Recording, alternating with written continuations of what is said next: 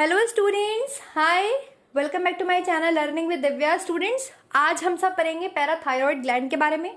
मैं अंतःस्रावी तंत्र आपको डिटेल में पढ़ा रही हूँ। मैंने हाइपोथैलेमस, पिट्यूटरी, थायराइड ग्लैंड के बारे में आपको पूरी डिटेल्ड एक्सप्लेनेशन दी है और बहुत सारे बच्चों का अच्छा रेस्पॉन्स भी आया है, उन्हें बहुत अच्छे से समझ में आया है।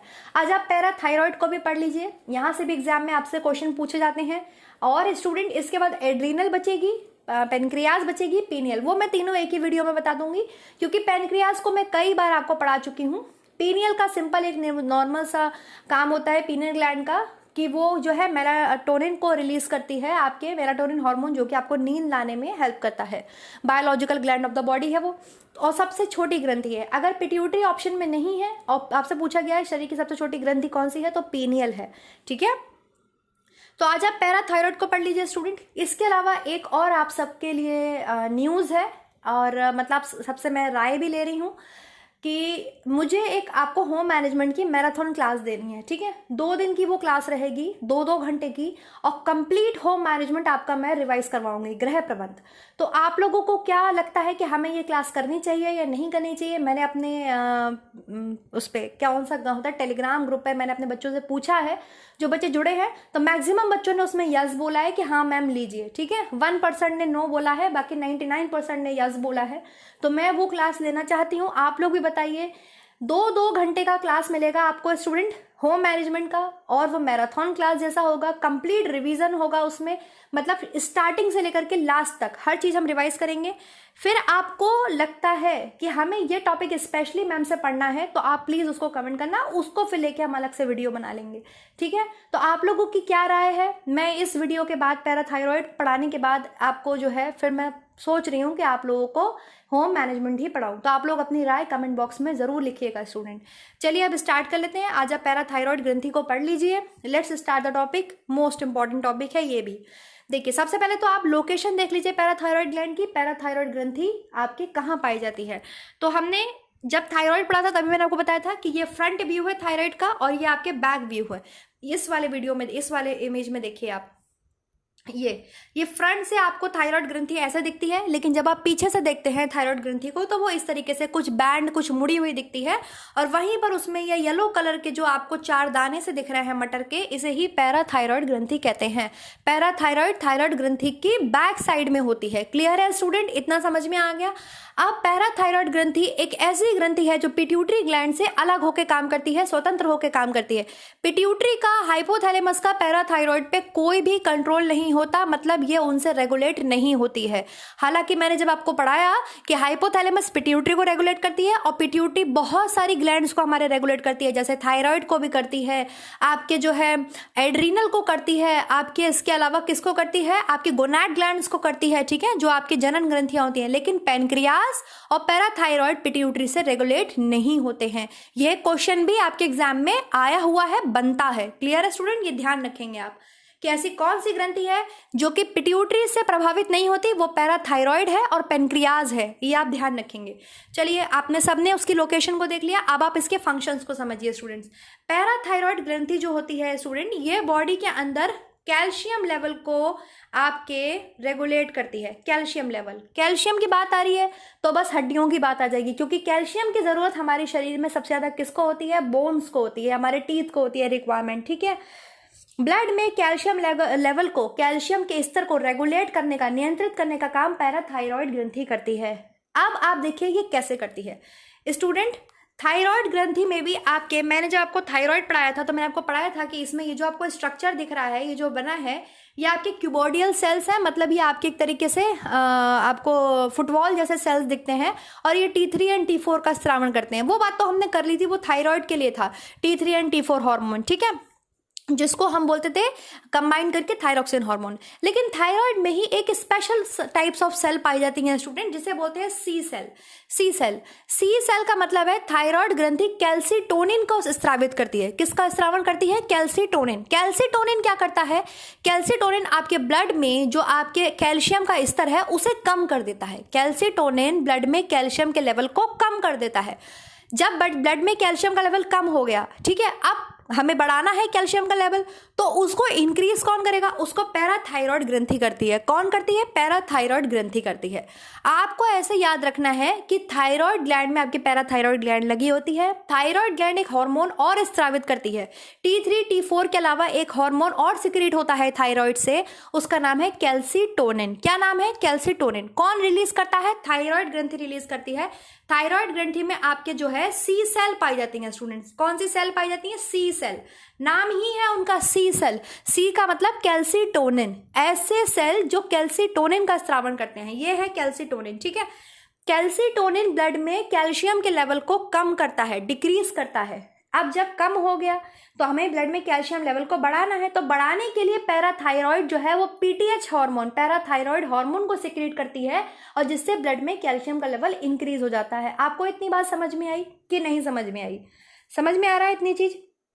कैल्सीटोनिन ब्लड लेवल को कम करता है और पैराथायरॉक्सिन जो हार्मोन है वो कैल्शियम लेवल को बढ़ाता है। अब ऐसा क्यों होता है, किस लिए होता है? देखिए, हमारे शरीर में हमने जब भी हम कैल्शियम लेते हैं बाहर से, हम दूध में लेते हैं कैल्शियम, सबसे ज्यादा मात्रा में दूध में आपके कैल्शियम होता है। मोस्टली सब लोग घर में दूध ही पीते हैं, रागी तो नहीं खाते ना, अब दूध पीते हैं। तो जब आप दूध पीते हैं तो कैल्शियम आपकी बॉडी में आ गया, तो कैल्शियम को तुरंत जो है आपकी बॉडी में एब्जॉर्ब कराना होता है, तो एब्जॉर्ब होता है, वो हम सब बात आगे करेंगे। उसके बाद जितना भी कैल्शियम आपकी बॉडी में आता है वो आपके बोन्स में स्टोर हो जाता है, आपकी हड्डियों में स्टोर हो जाता है। तो जब कभी भी आपके शरीर में कैल्शियम आया तो वो स्टोर हो जाता है बोन में। कमी होती है तो बोन से ही जो है कैल्शियम बॉडी ले लेती है। बॉडी कैल्शियम कहाँ से लेती है? बोन से ही लेती है। तो कैसे लेती है? कैसे बोन्स में आपके जो है कैल्शियम स्टोर होता है? कैसे जब हमें कभी कैल्शियम की जरूरत होती है तो बॉडी बोन से कैल्शियम लेती है? ऐसा कैसे हो पाता है? तो देखिए, उसको आप समझिए। सबसे पहले तो आप ये चीज देखिए, ये बोन है, ठीक है, ये हड्डी है, आप सबको दिखाई दे रही है। बोन में स्टूडेंट दो तरीके की सेल पाई जाती हैं, एक होती है ऑस्टियोक्लास्ट, एक होती है ऑस्टियोब्लास्ट। ऑस्टियोब्लास्ट, इसको ऑस्टियोसाइट्स भी कहे जाते हैं, मतलब बोन की मैच्योर सेल जो हड्डी के निर्माण में सहायक होती हैं। आपकी हड्डियां भी सेल से बनती हैं, तो हड्डी के निर्माण में जो आपके सेल सहायक होती है उसे ऑस्टियोब्लास्ट बोलते हैं, या फिर आपके क्या बोलते हैं? ऑस्टियोसाइट्स, मैच्योर सेल को। ठीक है, ये ऑस्टियोब्लास्ट है। दिख रहा है आपको? साफ आपको दिखाई देगा, मैं जूम करके दिखाती हूँ। देखिए, ये सेल पर सेल रख के क्या हो रहा है? हड्डी का निर्माण हो रहा है ना। तो ये कौन सी हड्डी हो गई आपके? ये कौन सी सेल हो गई आपके? ऑस्टियोब्लास्ट। ठीक है, बोन आपके शरीर में कैल्शियम का भंडार है। आपकी जो भी हड्डी है शरीर की वो कैल्शियम फॉस्फेट की बनी होती है। ये क्वेश्चन आपके एग्जाम में पूछा गया है और पूछा जाता है कि शरीर में हड्डियों के निर्माण किससे होता है? कैल्शियम फॉस्फेट, सल्फेट नहीं होता है, ठीक है, फॉस्फेट, फॉस्फोरस और कैल्शियम से हमारी जो है शरीर की हड्डियां बनती हैं। ठीक है, तो जब भी कभी बॉडी को ब्लड में कैल्शियम का लेवल इंक्रीज करना होता है तो हम कहाँ से कैल्शियम लेते हैं? हड्डियों से ही कैल्शियम लेते हैं। पैराथायरॉक्सिन जो मैंने आपको पढ़ाया, पैराथॉर्मोन जो है वो ब्लड में कैल्शियम के लेवल को बढ़ाता है, जबकि कैल्सीटोनिन क्या करता है? ब्लड में कैल्शियम के लेवल को कम करता है, स्तर को कम करता है। तो कैसे बढ़ाता है पैराथॉर्मोन? कहाँ से लाता है कैल्शियम ब्लड के अंदर? वो बोन से लेता है। कैसे लेता है? देखो, अब जो ये दूसरी टाइप की बोन्स होती हैं, सेल्स होती हैं, इन्हें कहते हैं ऑस्टियोक्लास्ट। ये हड्डी को खाती रहती है, कच कच कच कच। कैसे खाती रहती है? खाने का मतलब ये नहीं कि काट के खत्म कर दिया, बराबर इसको जो है कच कच कच कच करती रहती है। आप एक चौक लो, चौक होता है चौक, और आप उस पर हल्के हल्के पेंसिल मारते रहो, पेंसिल से उसको घिसते रहो। छोटे पे हम लोग तो बहुत करते थे, मैम की चौक टेबल से उठा के, और बड़ा मजा आता था, पता नहीं क्यों, तो उसको पेंसिल से घिसते रहते थे, तो छोटा छोटा छोटा छोटा चूरा सा गिरता रहता है चौक से। बस वैसा ही काम ये ऑस्टियोक्लास्ट सेल करती हैं। ऑस्टियोक्लास्ट सेल जो हैं आपके हड्डी को खाते रहते हैं। खाते रहते से मतलब है जो ये शेप आई है हड्डी की, ये जो आपको बोन की शेप दिख रही है, बोन कुछ आपके इस तरीके की होती है कि नहीं होती है? तो ये जो बोन में शेप आई है इतनी सुंदर, ये ऑस्टियोक्लास्ट की वजह से ही आती है, वरना आपकी हड्डी गोल भी हो सकती थी कि नहीं हो सकती थी? ये हड्डियों की शेप कहाँ से आई? कभी सोचा है? हमारी बोन इस तरीके की क्यों दिखती है? कभी सोचा है? ऑस्टियोक्लास्ट की वजह से। ऑस्टियोक्लास्ट बराबर जो है ये जो सेल होते हैं, क्लास्ट मतलब खत्म करते रहते हैं, काटते रहते हैं, कच कच काटते रहते हैं। क्यों काटते रहते हैं? ये बराबर एक मिस्त्री की तरह काम करते रहते हैं, हड्डियों को शेप देते रहते हैं।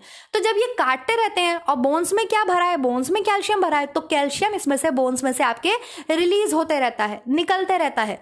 जब कभी भी आपने दूध भी पी लिया ऑस्टियोक्लास्ट भी जो है हड्डियां काट रही हैं, हल्के हल्के काट रही हैं।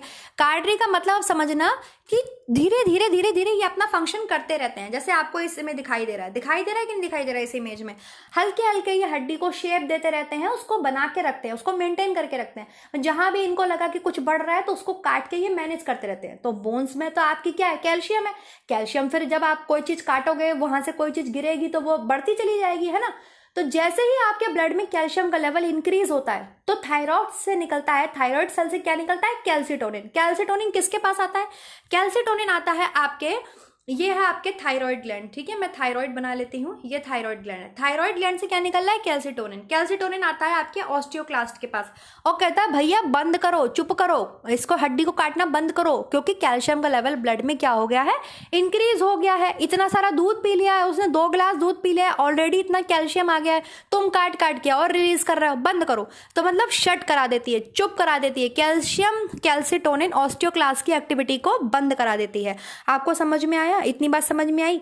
जब कभी भी ब्लड में कैल्शियम का लेवल बढ़ता है तो क्या होता है? कैल्शियम का लेवल बढ़ रहा है, ऑस्टियोक्लास्ट जो है वो हड्डी को खा रहे हैं, हड्डियों को खा रहे हैं से मतलब उसको बराबर कच करते ही रहते हैं, तो उसमें से बोन्स में से कैल्शियम रिलीज हो रहा है। ऑलरेडी आपने 2 गिलास दूध पी लिया, आपके शरीर में ऑलरेडी कैल्शियम ज्यादा हो गया है, तो बॉडी हमेशा आपको पता है रेगुलेट करती है। हर एक लेवल को बॉडी के अंदर रेगुलेट होना चाहिए, कोऑर्डिनेशन होना चाहिए हमारे शरीर के अंदर, तभी तो हमारा शरीर काम कर पाएगा। और जहां रेगुलेशन बढ़ता खराब होता है, कोई चीज बढ़ती है या कोई चीज कम होती है, तुरंत हमारा देखिए बॉडी बीमार हो जाती है कि नहीं हो जाती है। तो जहां ही ब्लड का कैल्शियम बढ़ा, थायराइड में से आपके निकला ऑक्सीटोसिन जाता, सॉरी कैल्सिटोनिन जाता है आपके किसके पास? ऑस्टियोक्लास्ट के पास, और इनकी एक्टिविटी को आपके क्या करा देता है? चुप करा देता है। कहता है भैया अब बस करो, ठीक है, अब मत खाओ, बोन को शेप मत दो ज्यादा, बोन में से कैल्शियम को ज्यादा रिलीज तुम मत करो, ठीक है। ऑस्टियोक्लास्ट बेचारा चुप हो गया, एक्टिविटी को रोक दिया उसने। समझ में आ रहा है? लेकिन जब कभी आपने दूध नहीं लिया, आप बाहर से कैल्शियम नहीं ले रहे हो, ब्लड को, बॉडी को कैल्शियम चाहिए बोन्स के उसके लिए, फॉर्मेशन के लिए, तो क्या होगा? तो आपके रिलीज होता है पैराथायरॉयड हार्मोन। क्या होता है? पैराथायरॉयड हार्मोन, जिसे हम क्या कहते हैं? पीटीएच बोलते हैं। क्या बोलते हैं? पीटीएच। ये कहां से रिलीज होता है? ये पैराथायरॉयड ग्लैंड से रिलीज होता है। जब कभी भी आपके ब्लड में कैल्शियम का लेवल कम हो जाता है तो क्या रिलीज होता है? पैराथार्मोन हार्मोन रिलीज होता है।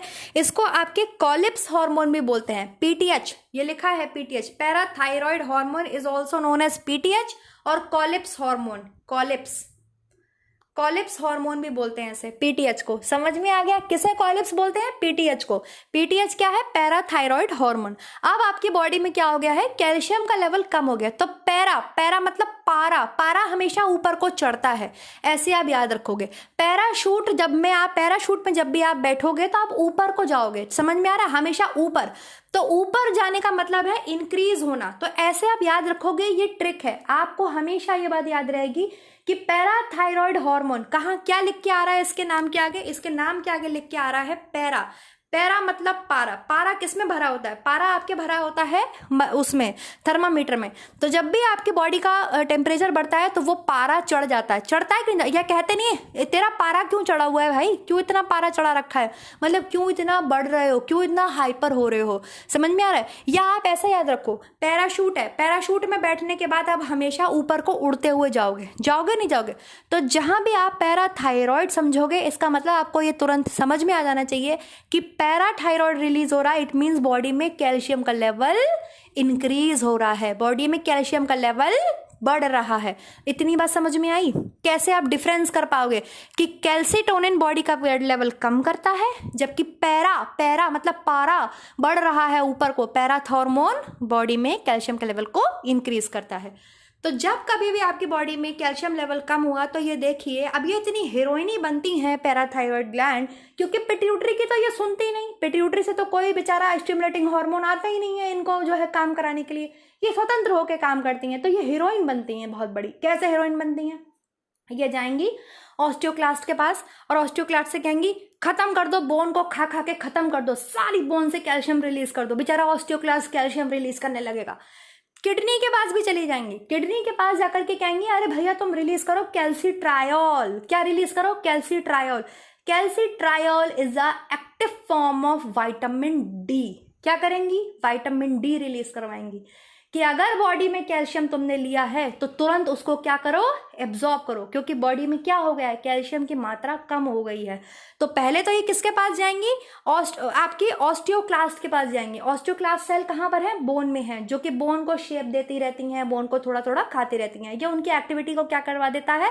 इंक्रीज करा देता है। कहता है खा लो, सब खत्म कर दो बोन को, जल्दी जल्दी कैल्शियम मुझे चाहिए, मुझे बस कैल्शियम चाहिए, कैसे भी ब्लड के अंदर कैल्शियम रिलीज करो। तो वो बेचारी कैल्शियम रिलीज करने लगेंगे, क्योंकि वो हड्डी को बराबर खाते रहते हैं। खाते रहने से मतलब आप ये मत समझना कि वो हड्डियों को खत्म कर देते हैं, वो कच कच एक्टिविटी करते रहते हैं और ब्लड में कैल्शियम को रिलीज करते रहते हैं।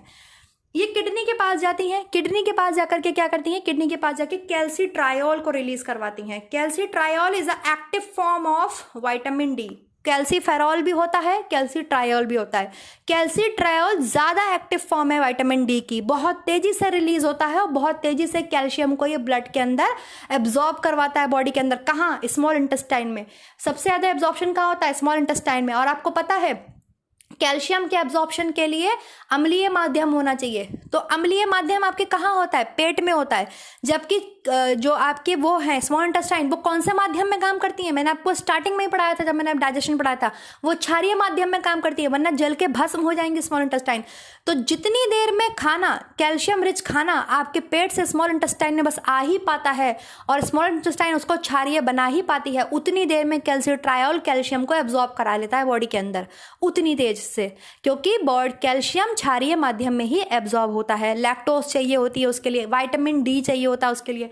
तो ये जो पीटीएच है, ये एक तो गई बोन्स के पास, ऑस्टियोक्लास्ट से बोली चलो चलो खाना शुरू करो और ब्लड में रिलीज करो कैल्शियम, ऑस्टियोक्लास्ट शुरू हो गया।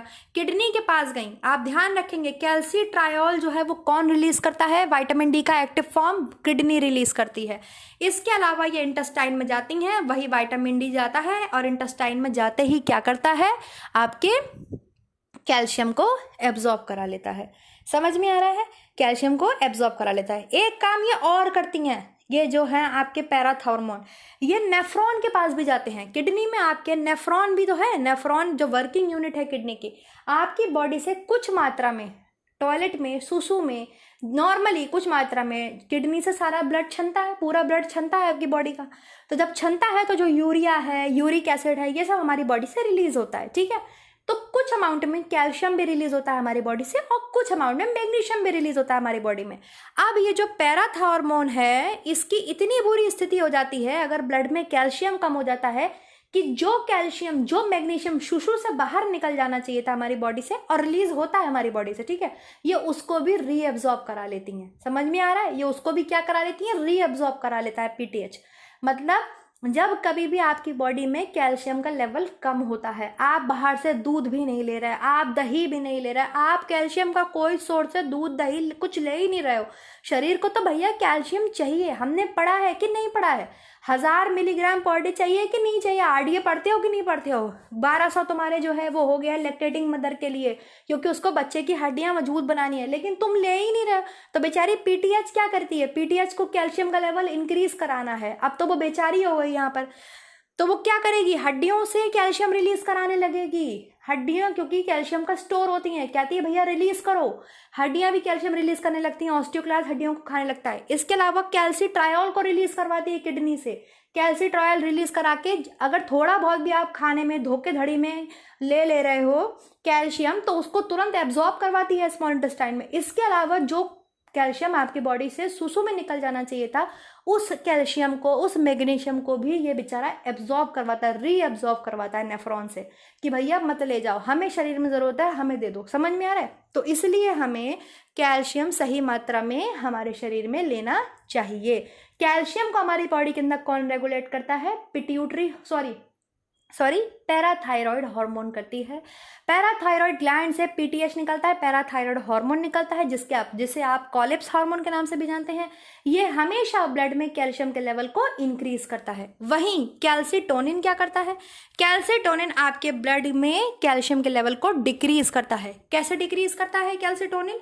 आपके ये जो है रीएब्जॉर्प्शन जो हो रहा होता है नेफ्रॉन से वो भी रोक देता है। अब मान लो आपने ले लिया, आपने भर के 2 गिलास दूध पी लिया, तो आपकी बॉडी में क्या चला गया? कैल्शियम चला गया।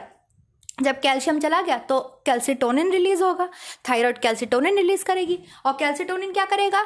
जो शुशु में चले जाना चाहिए था कैल्शियम और वो रीअब्जॉर्ब हो रहा था हमारी बॉडी में, पीटीएच करा रहा था, वो कहेगा रहने दो, अब बाहर से उसने दूध पी लिया है, जाने दो, ये जो एक्स्ट्रा शुशु में जा रहा है इसको जाने दो, कोई बात नहीं। इसके अलावा बोन्स में डिपोजिशन कराने लगेगा। आपने कैल्शियम ले लिया तो वो कहाँ स्टोर होता है? वो हड्डियों में एब्जॉर्ब होता है, जाके हड्डियों में स्टोर होता है, जाके बोन्स में आराम से स्टोर होने लगेगा और ऑस्टियोक्लास्ट को चुप करा देगा। कहेगा ऑस्टियोक्लास्ट अब तुम हड्डी को मत खाओ, हमारे शरीर में कैल्शियम आ गया है, ठीक है, ऑस्टियोक्लास्ट भी चुप हो गया। एब्जॉर्प्शन कैल्शियम का यहाँ पे होने लगेगा, आपके जो एब्जॉर्प्शन हो रहा था कैल्शियम का ब्लड में वो भी रुक जाएगा, क्योंकि ब्लड में कैल्शियम लेवल क्या हो गया? इंक्रीज हो गया ऑलरेडी। और हाँ, ये lower calcium level in blood में कैल्शियम के लेवल को हमें कम भी करना है, क्योंकि ज़्यादा हो जाने से भी प्रॉब्लम है और कम होने से भी प्रॉब्लम है। तो कैल्सिटोनिन हमेशा ब्लड में कैल्शियम के लेवल को डिक्रीज करेगा। और जब भी मैं बात करूंगी आपसे पैराथायरॉयड हार्मोन की, पैराथायरॉक्सिन हार्मोन की, है जिसे आप पीटीएच बोलते हैं, कॉलिप्स हार्मोन बोलते हैं, पैरा मतलब पारा, हमने याद किया है कि चढ़ रहा है, बढ़ रहा है, तो पैराथायरॉन हमेशा ब्लड में कैल्शियम के लेवल को इंक्रीज करेगा। किस किस तरीके से करेगा? हड्डियों से इंक्रीज निकलवाएगा ऑस्टियोक्लास्ट से, और क्या करेगा? जो सूसू में निकल जाना चाहिए था उसको भी रीअब्जॉर्ब करा लेगा, और क्या करेगा? कैल्सिट्रायोल रिलीज करवाएगा किडनी से कि तुम तगड़ा वाला विटामिन डी छोड़ो, जिससे जल्दी से जल्दी हमारी बॉडी में कैल्शियम क्या हो पाए? एब्जॉर्ब हो पाए। तो बस इतना ही काम है आपके पिट्यूटरी ग्लैंड का। समझ में आया? सॉरी, बार बार मेरे मुंह से पता नहीं क्यों पिट्यूटरी निकल रहा है। पैराथायरॉयड ग्लैंड का हम क्या पढ़ रहे हैं? पैराथायरॉयड ग्लैंड पढ़ रहे हैं स्टूडेंट। पैराथायरॉयड ग्रंथि जो कि आपके कहाँ पाई जाती है? आपके वो पाई जाती है थायराइड ग्रंथि की बैक साइड पे, पीछे की तरफ। इनकी कितनी आपके होती, कितनी ग्रंथि पाई जाती हैं पैराथायराइड? तो टोटल नंबर ऑफ 4 पाई जाती हैं। ये क्या रिलीज करती हैं? ये पीटीएच रिलीज करती हैं, कॉलिप्स हार्मोन जिसे आप बोलते हैं वो रिलीज करती हैं। इसका फंक्शन क्या है हमारी बॉडी में? इसका फंक्शन है हमारी बॉडी में कैल्शियम लेवल को रेगुलेट करना। क्या करना? रेगुलेट करना, नियंत्रित करना। जब कभी भी बॉडी में कैल्शियम का लेवल बढ़ जाएगा तो कौन सी ग्रंथि काम करेगी? थायराइड काम करेगी। थायराइड क्या निकालेगी? कैल्सिटोनिन। ठीक है। जब कभी भी हमारी बॉडी में कैल्शियम का लेवल कम हो जाएगा, डिक्रीज हो जाएगा, तो उसको बढ़ाने के लिए कौन सी ग्रंथि काम करेगी? पैराथायरॉयड काम करेगी। पैरा का मतलब वो ब्लड में कैल्शियम के लेवल को बढ़ाएगी। किस किस तरीके से ये दोनों काम करते हैं, कहाँ कहाँ जाते हैं, किस किस से मदद मांगते हैं, कैसे कैसे रिलीज करवाते हैं, वो मैं आपको समझा चुकी हूँ। अब एक बीमारी हो जाती है जब कभी भी आपके कमी हो जाती है, हाइपोपैराथायरॉयडिज्म हो जाता है। हाइपो का मतलब होता है कम हो जाना, ठीक है। हाइपोपैराथायरॉयडिज्म जब आपके होता है तो टेटनी कॉज होता है, हाइपोकैल्सेमिक टेटनी। टेटनी रोग कैल्शियम की कमी से होता है। ये प्रश्न आपके एग्जाम में पूछा जाता है। टेटनी रोग तो पूछा जाता है किसकी कमी, टेटनी रोग किसकी वजह से होता है? कैल्शियम की वजह से होता है। टेटनी पढ़ते हो ना आप, या टिटानी बोलते हो या टेटनी बोलते हो।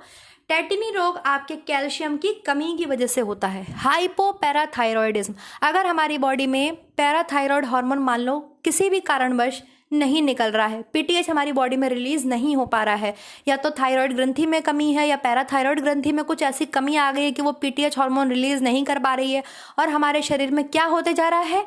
कैल्शियम का लेवल कम होते जा रहा है। समझ में आ रहा है? क्योंकि कैल्सिटोनिन ब्लड में कैल्शियम का लेवल क्या करता है? कम करते जा रहा है। अब ऐसा थोड़ी है कि जो है थायराइड अपना काम नहीं करेगी, थायराइड तो अपना काम करेगी ना, किसी वजह से पैराथायरॉयड काम नहीं कर पा रही है।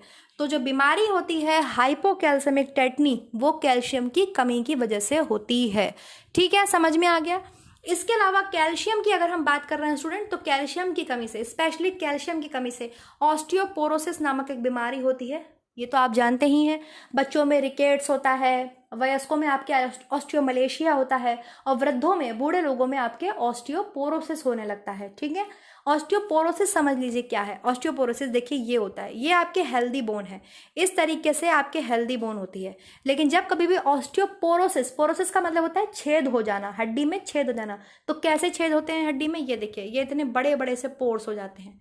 ये इंटरनल स्ट्रक्चर है हड्डी का, ठीक है। इस वाले को देखिए आप, ये वाला, ये देखिए ऐसे होने चाहिए छेद इतने बड़े बड़े, और जबकि कितने बड़े बड़े छेद हो जाते हैं, इतने बड़े बड़े छेद हो जाते हैं, हड्डी के आर पार देखा जा सकता है। बोन्स में आपके क्या हो जाते हैं, इतने बड़े बड़े से छेद हो जाते हैं, उसको बोलते हैं ऑस्टियोपोरोसिस। तो कैल्शियम की कमी से आपके ऑस्टियोपोरोसिस भी होता है। बच्चों में हम रिकेट्स पढ़ते हैं, ऑस्टियोमलेशिया आपके उसमें पढ़ते हैं वयस्कों में। इसके अलावा आपके टेटनी रोग होता है। टेटनी रोग स्पेशली आपके पैराथायरॉयड हार्मोन की कमी से होता है। जब कभी भी पीटीएच बॉडी में कम है तो आपके टेटनी होता है। टेटनी कैल्शियम से संबंधित रोग है, लेकिन वो रिलेट किससे है, पीटीएस से।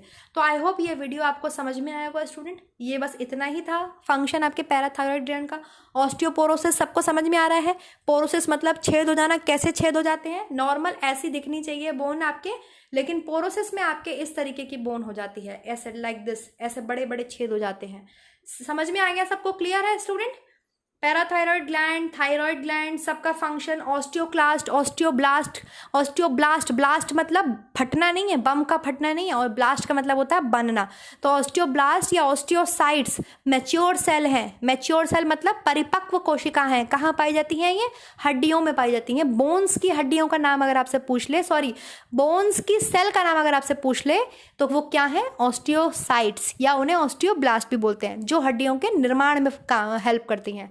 वहीं ऑस्टियोक्लास्ट की बात करें अगर आपसे, तो ऑस्टियोक्लास्ट आपके हड्डियों के किसी भी तरीके का ये फॉर्मेशन नहीं करती है बॉडी के अंदर, लेकिन हाँ ये हड्डियों को शेप देती रहती हैं। जो आपकी ये प्यारी सी शेप आई है हड्डी की, जिस तरीके से ये शेप ऑस्टियोक्लास्ट की वजह से ही आई है। ये बराबर हड्डियों को थोड़ा थोड़ा खाते रहते हैं, शेप देते रहते हैं, घिसते रहते हैं हड्डियों को, जिससे कि कैल्शियम रिलीज होते रहता है।